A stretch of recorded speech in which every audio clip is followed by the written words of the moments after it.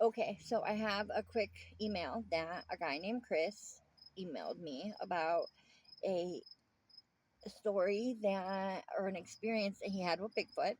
He did give me permission to use his name, and he did email this to me. So I'm going to read it in the way that he emailed it to me. In the fall of 2018, a man named Chris took a solo camping trip into the Olympic National Forest in Washington. He was an experienced traveler and outdoorsman familiar with the area. His goal was to spend 3 nights off the main trails, just him in the wilderness. On the second night, around 2 a.m., Chris was woken by a brisk knocking sound echoing through the trees that went thunk, thunk, thunk. At first, he assumed it was a woodpecker or maybe tree branches tapping in the wind, but it was too steady, too slow, like someone knocking wood on wood with intent. He stepped out of his tent with his flashlight, swapped it around, and found nothing. The sound had stopped, and he had told himself it was probably a deer or some other animal that went back inside. That's when he heard the breathing.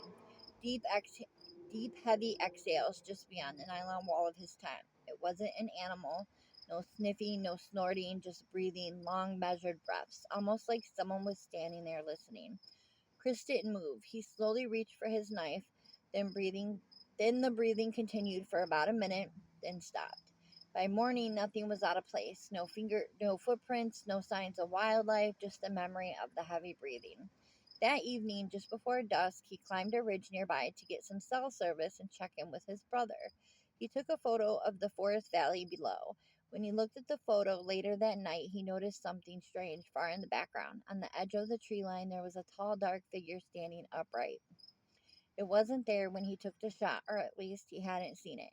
That third night, the noises came back, this time closer. Heavy footsteps crunching through the leaves, circling the tent. Chris didn't sleep. He packed up at dawn, heart pounding, and hiked out without eating breakfast. Later, he posted the story and the photo online. Some people claimed it was just shadows or a prankster in a gully suit. But Chris says no one knew he was out there. He said he hadn't even signed in at a ranger station. He doesn't camp alone anymore, and to this day, he swears the thing watching him wasn't human.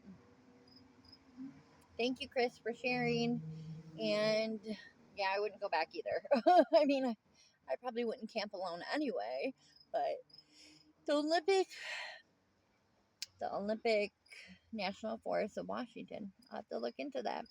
See if there's any other Bigfoot sightings. All right, guys. If you want me to read your story, spookynews@yahoo.com, SPOOKYNEWS at yahoo.com. Bye.